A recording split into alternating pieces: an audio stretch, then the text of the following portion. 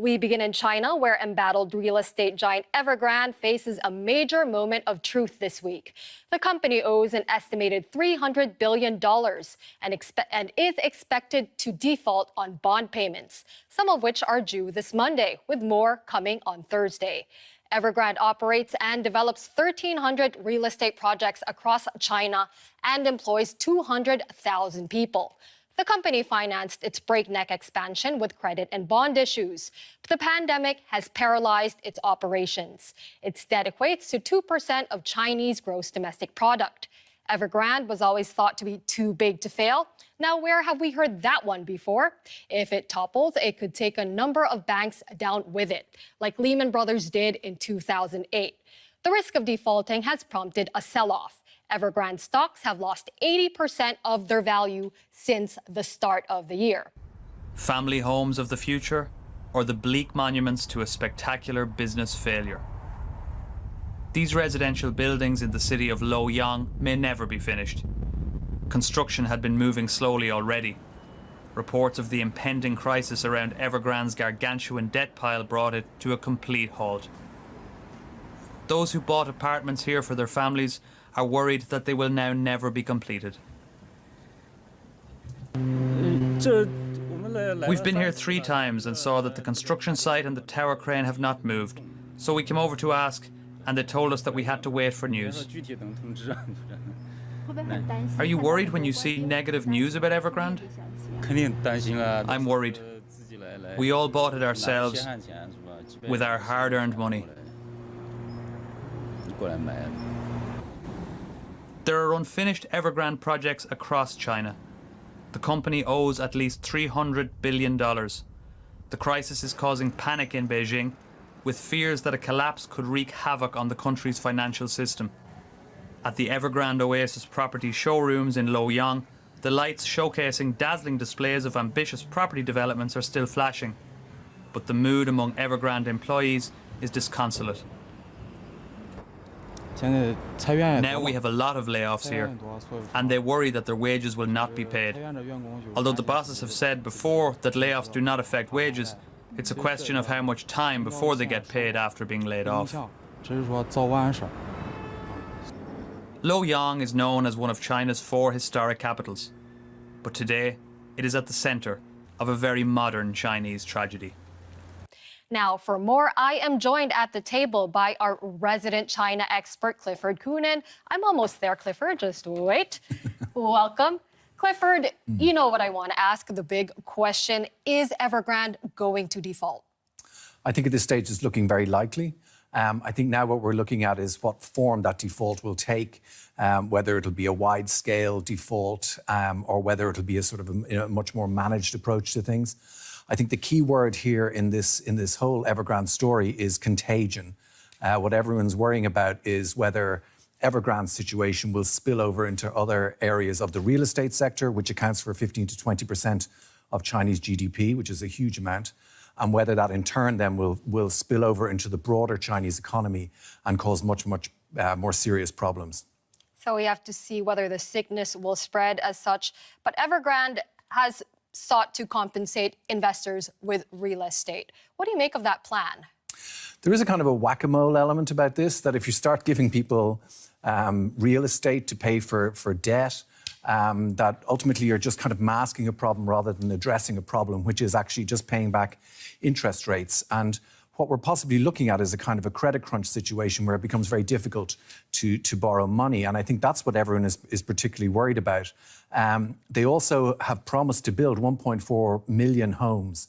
That's still outstanding. That's with small investors. You have 170 or so domestic banks, around 120 foreign banks who owed money. So you've got a huge spread in terms of how Evergrande's debt situation is working. And so I think also by creating supply, by giving out property as a way of paying it back, it just exacerbates the problem in the sector as well and could indeed lead to contagion. Well, whack-a-mole is a notoriously difficult game, but this has, of course, been described as a potential Lehman Brothers moment. Is Beijing expected to step in and bail Evergrande out? Yeah, I think the Lehman Brothers comparisons are interesting. I mean, they owed about 613 billion when they collapsed in 2008, and then we're looking at 300 billion here. So Lehman Brothers was bigger. But the problem here, I think, is that we may be just looking at the tip of the iceberg. We don't know exactly really how much is owed in the overall sector and the spillover effect within China.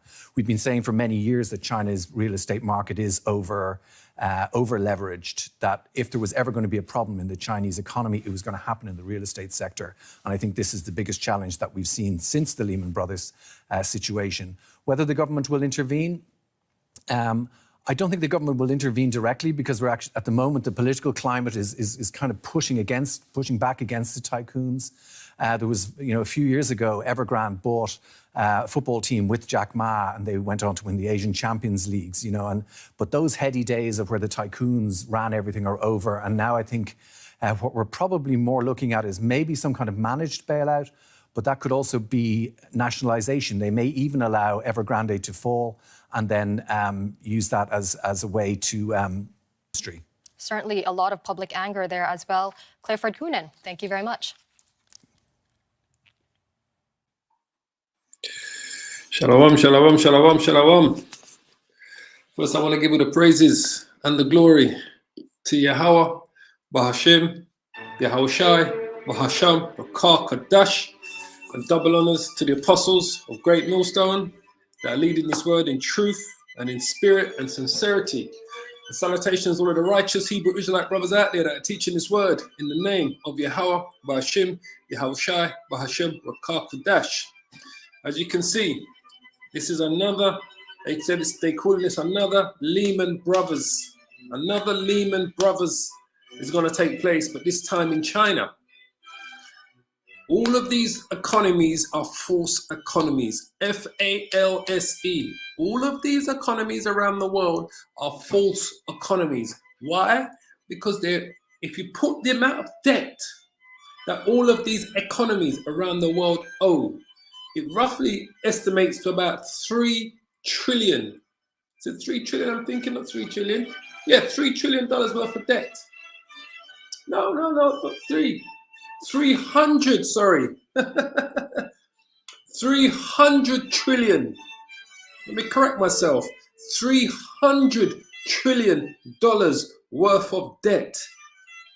That's what's out there in the global world, in the whole world. $300 trillion worth of global debt, right? And there's an estimated $100 trillion worth of, like what they call GDP, gross domestic product, what these countries turn over. It estimates to about $100 trillion, and they are $300 trillion in debt. So their debt is 3 times what the global economy is turning over. So this company in China, Evergrande, they are 300 billion US dollars in debt. How does a company get one single, and this is a property development country, 300 billion US dollars in debt? And they were showing you, all right? They was actually showing you, that the debt that the company owes, there is no way that they can pay this back. Their next interest payment is due next week. This is just interest on the debt. It says $87 million is due next week. And then a week after that, it's another $45 million in interest payments. Just interest, But that's where we're at. This is what, when we talk about the world economy is going to collapse. Believe me when I tell you, and I say it again, the world economy is going to collapse. Banks are going to collapse. Industries are going to collapse. Companies are going to collapse, because everything is in place for this to happen. You saw the buildings. They have buildings that they were building, new apartment buildings, new skyscrapers, new shopping centers, all empty, half finished, half done. They can't afford to pay the workers, the builders. They can't afford to pay their own employees.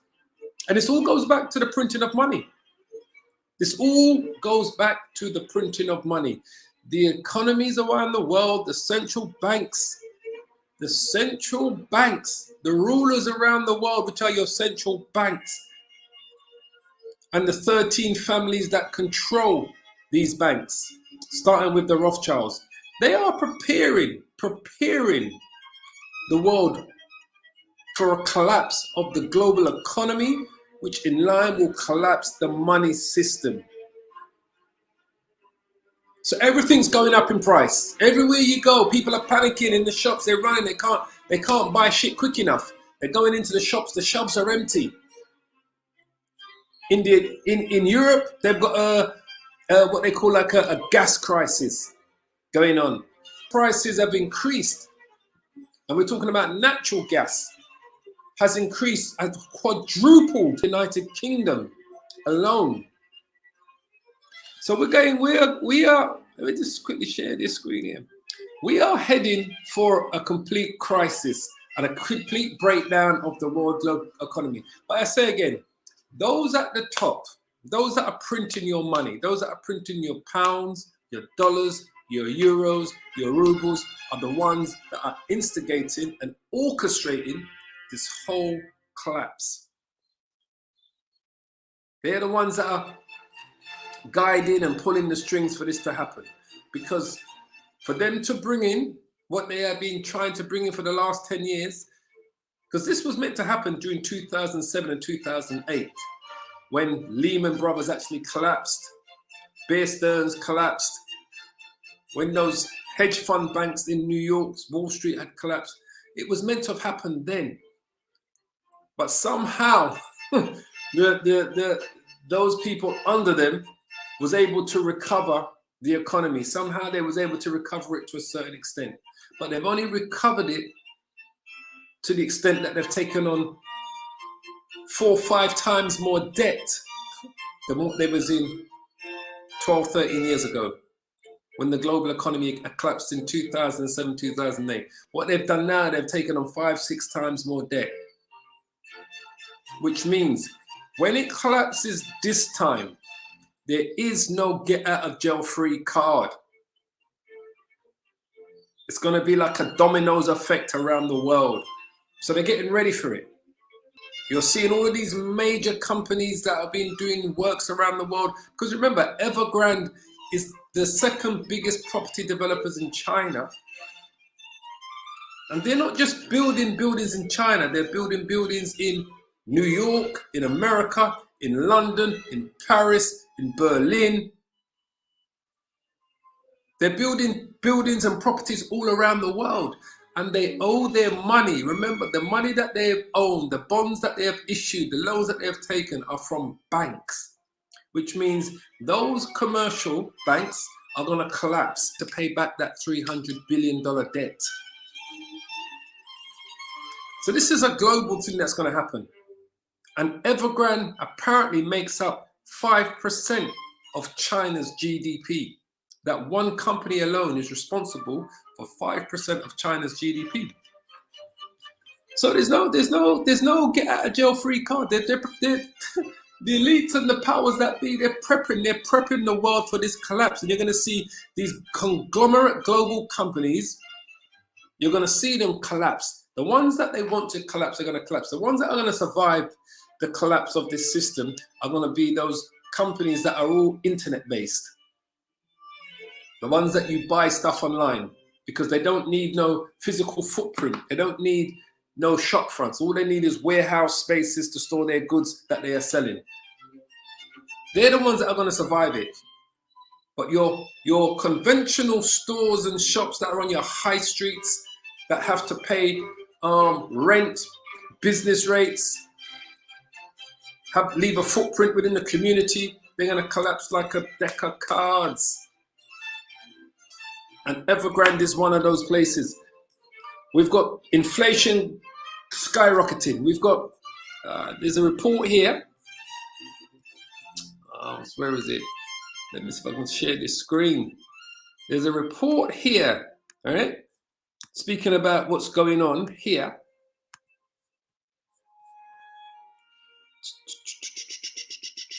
Let's quickly bring this up here. There's a crisis, and this energy crisis is happening over Europe, right? It says here, what's caused the UK's energy crisis, right? What's caused the UK's energy crisis? Okay, so it says here,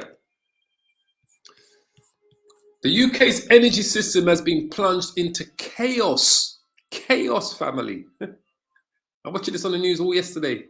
By a perfect storm of market forces, which threatens, remember this is today's reports, Tuesday the 21st of September, 2021, right? So it says here, it has caused a perfect storm of market forces, right? Which threatens to rip through the economy from home energy suppliers to heavy industry and from factories to farmers. This has stoked up fears that a wave of energy suppliers will collapse, and they will collapse because the government said they're not going to bail them out. When I tell you that they're watching these smaller businesses collapse so the bigger conglomerates can take them up, and then you've got certain big conglomerates that collapsing, that they want to collapse because they're not going to play a part in what they're trying to do with this new world order. It says this has stoked up fears that a wave of energy suppliers will collapse and that households will be saddled with what? Unaffordable bills. As the colder weather draws in, as we're heading into winter, right? These are the factors shaping up the energy crisis. So it says China's appetite for energy is always a key driver for global market prices, all right? In 2021, in post-COVID economic ramp-up has coincided with a quick demand across Asia and Europe too. So the more demand, the more the price is going to go up. As economies begin to recover from the fallout of the pandemic, so this is what I say, when they talk about peace and safety and sudden destruction, this is just an illusion that they want you to believe that certain economies are actually coming back. They're not coming back. They're not coming back. It says here, countries across the Northern Hemisphere, which experienced a long cold winter in 2021, that depleted gas storage levels have been left scrambling to secure supplies, energy supplies. Scrambling. Gas prices in the kingdom have more than what? Quadrupled. Can you understand what I'm trying to show you? Over the last year. So gas price in the United Kingdom over the last year to the highs of what? 180 pence per term. Per term. That's how they price it. From around, it was originally 40 pence per term this time last year. So 12 months ago, it was 40 pence per term. That's how they measure gas in kilowatts and terms, right? In the last month alone, listen carefully, prices have climbed by 70%. 70%. Just so you understand what's going on. Why are prices increasing so much? You see, they have to artificially create these conditions for the prices to rise because the money has lost its value. Our pounds, your dollars, the euros, the ruble, the Chinese yuan, the Chinese yen, the Indian rupee, they've all lost their purchasing power. So they call it inflation. They say everything's going up, but they printed so much money, it's lost its purchasing power. So they have to artificially create these things for them to rise the prices without you believing that they're just rising it for no good. So they say now the prices are rising because of the shortages of gas. It says here, Russia gas gains. As shipments of gas have turned from Europe towards China, flows of pipeline gas to Europe from Russia have failed to make up the shortfall. On Monday, gas prices across Europe surged by another 10% on one day, right? After Russia's state-backed gas company Gazprom refused to increase its exports to Europe, despite record high prices across the continent. And remember, Russia is building a second gas line from Russia to Europe, right? Called Nord Stream 2, right?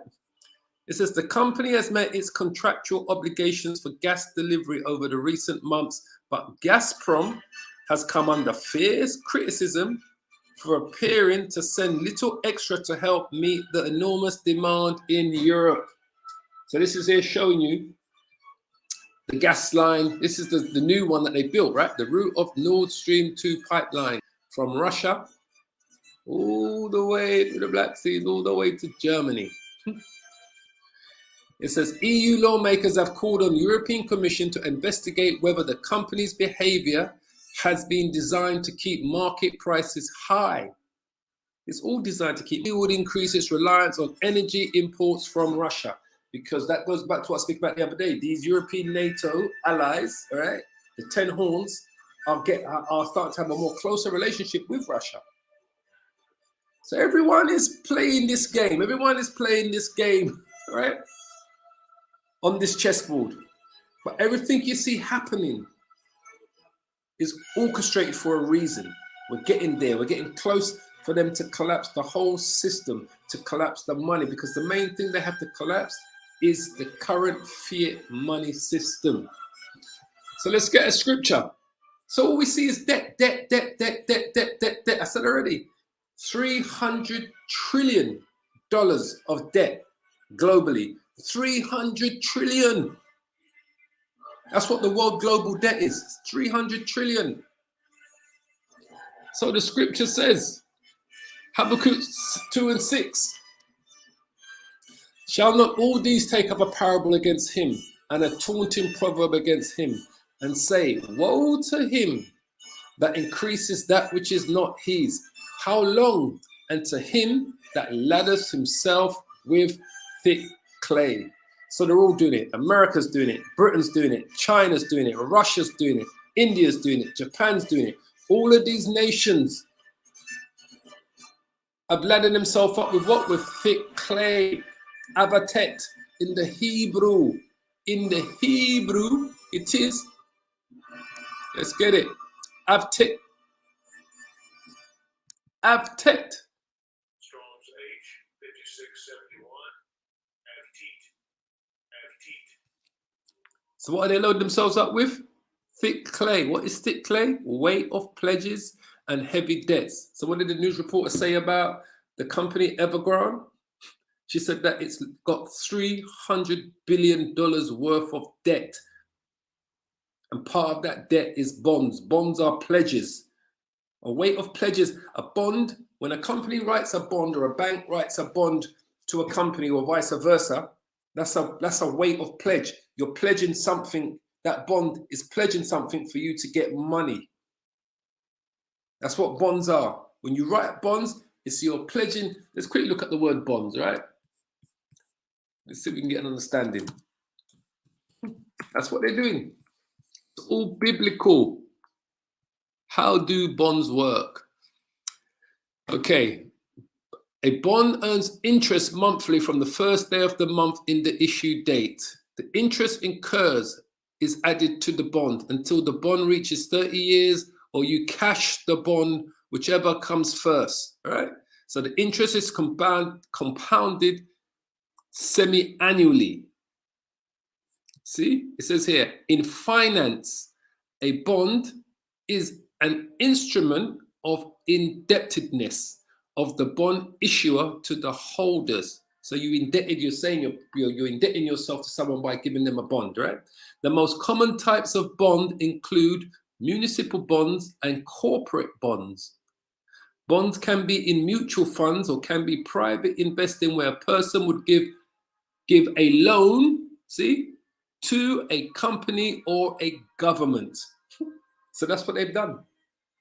So they were saying part of that debt of the company Evergrande, the Chinese property developers, is bonds.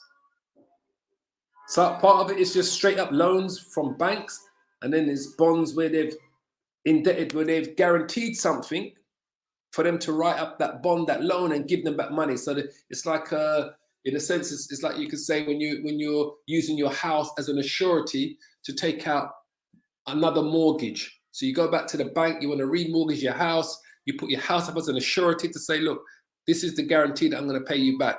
My house is the surety, or your car, or something of value. So that's what they're doing. They're loading themselves up with what? With weight of pledges, which are bonds and heavy debts. Boy, when I tell you, boy, it's coming, it's coming, it's coming, it's coming. Ecclesiastes chapter 12. Jobs are going, shops are locking down. It says here, Ecclesiastes chapter 12, verse 3.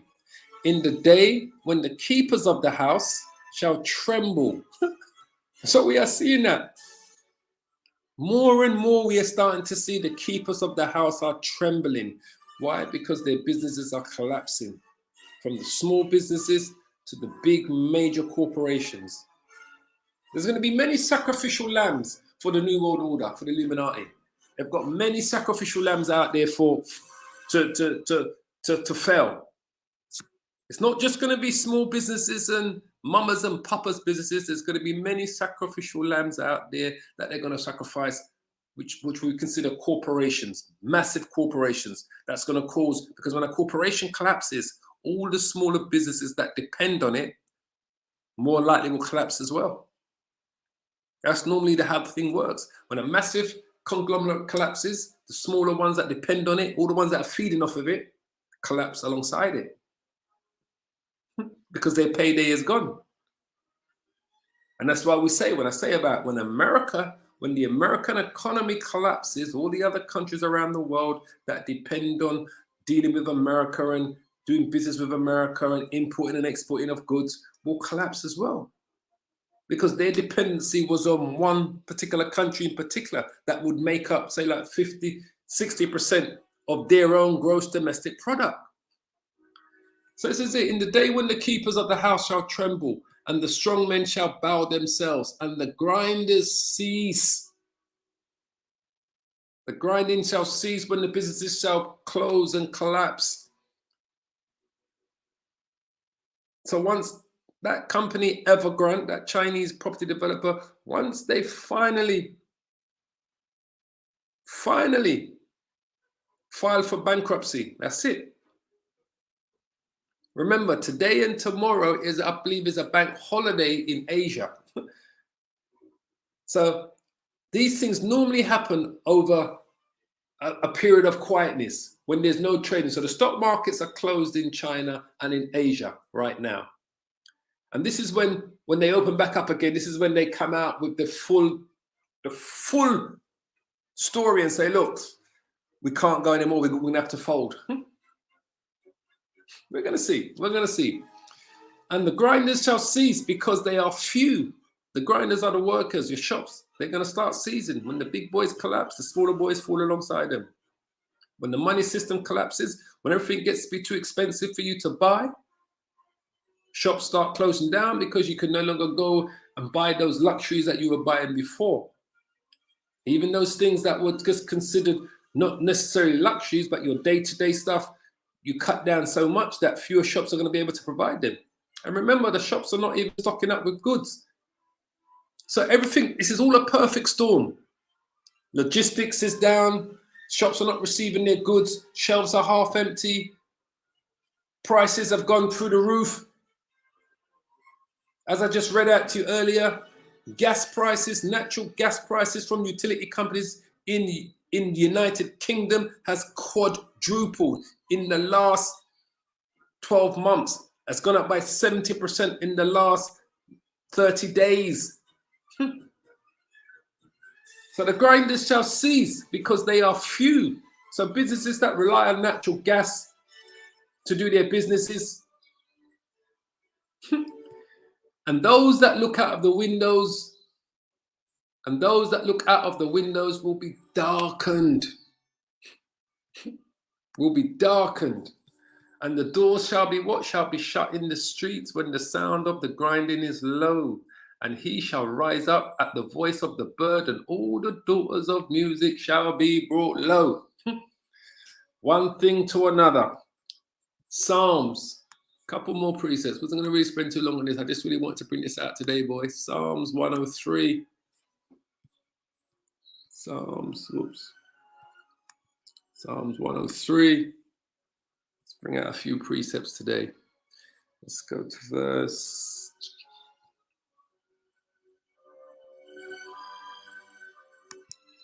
Psalms 103, verse 17. But the mercy of Yahweh is from everlasting to everlasting upon them that fear him. So we fear Yahweh by Shem Yahushai, right? We fear him before we love him. And we understand what's going on because everything that we see happening in the secular world, we're able to what? We're able to push it through the scriptures. We're able to put it in the scriptures and strip it out and show you. So we fear him. We fear the Most High. And I always say you need to fear the Lord. Before you love him, fear him. He wants you to fear him first. So when all hell breaks loose, and when we see more of this, what's happening in China start spreading around the world, what's happening in America, what's happening in the United Kingdom, is going to become more prevalent in more places around the world until we get to that crescendo where they just collapse the money system, when the US dollar collapses, then the euro collapses and the pound and everyone goes digital. We don't fear it. We fear the Lord. But the mercy, and I always speak about this, we're at the mercy of Yahweh Bashim Yahushai, right? But the mercy of the Lord Yahweh is from everlasting to everlasting upon them that fear him, and his righteousness unto the children's children.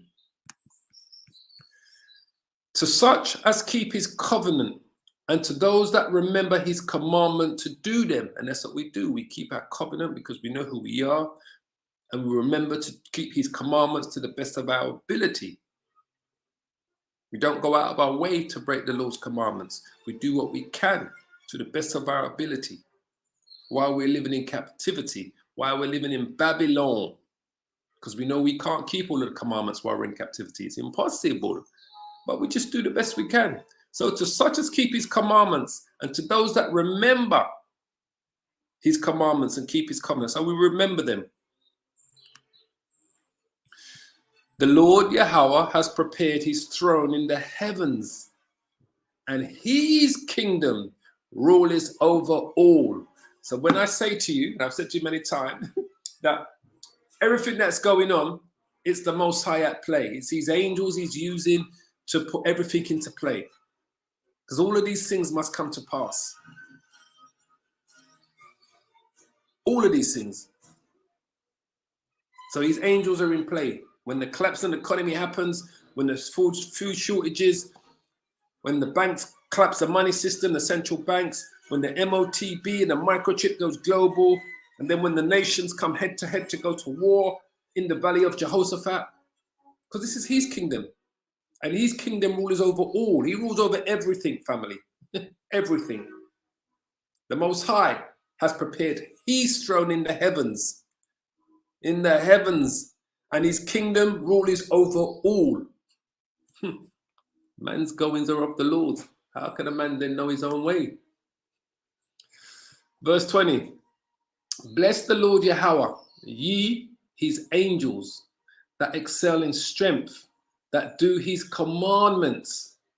You understand? His angels that excel in strength and that do his commandments, because he commands his angels to do these things. His angels are here all throughout the earth, prepping the nations, prepping the leaders, the businesses, the corporations, the Illuminati. The angels is all about doing his work. His angel on his left-hand side and on his right-hand side. They all do his commandments. Because he's the man. There's no one higher than Yahweh. So it says here, bless the Lord, Yahweh, ye his angels that excel in strength, that do his commandments, hearkening unto what? The voice of his words. You understand how clear it is? I don't say these things off of my heart and I say, oh, the Lord commands his angels to go and do these works for him on the earth. He commands the angels on the left and the right.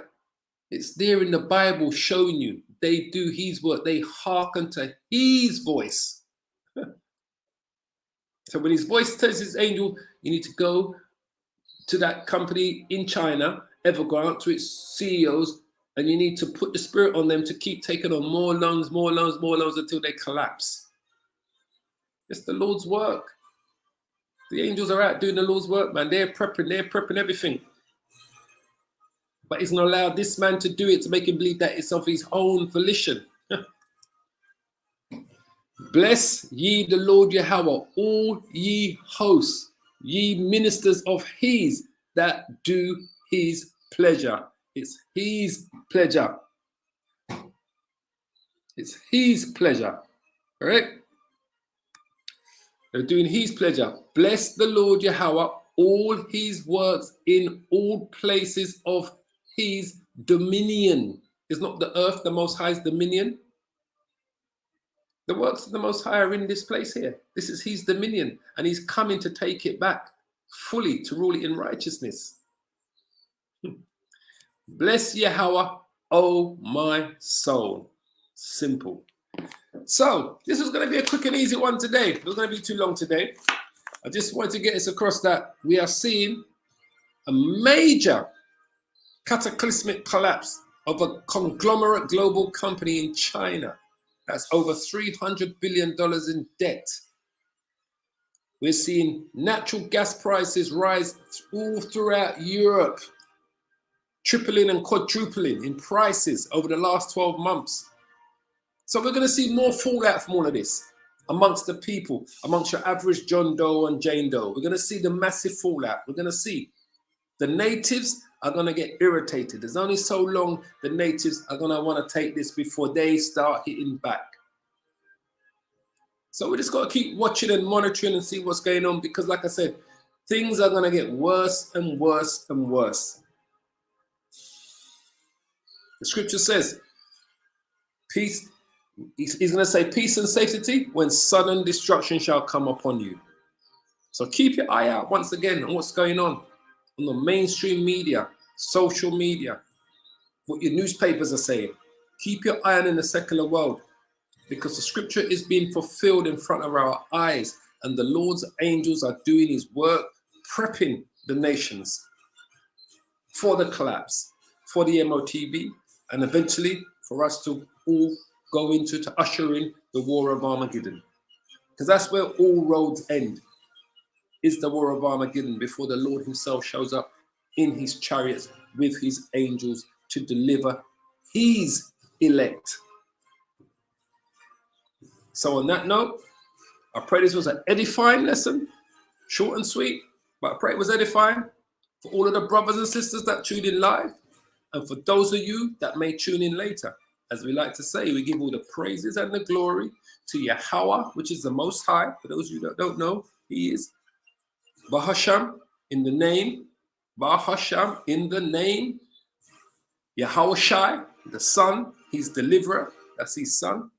Bahasham in the name, Rakah Kadash, in the name of the Holy Spirit. For those of you that may know what when we say, make these prayers at the beginning and the end of our sessions, that's what it is. So shalom, shalom, shalom, family. All praises. All praises, family.